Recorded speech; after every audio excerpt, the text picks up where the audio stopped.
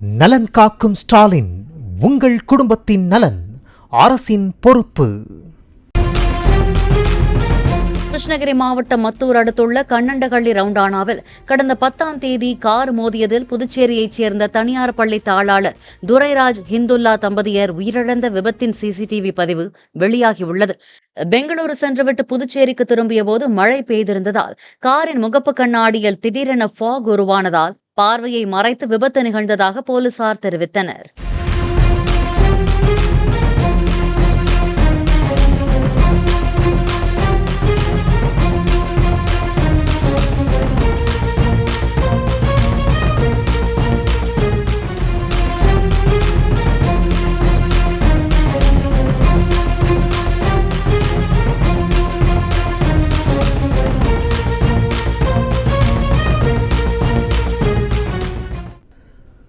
நலன் காக்கும் ஸ்டாலின், உங்கள் குடும்பத்தின் நலன் அரசின் பொறுப்பு.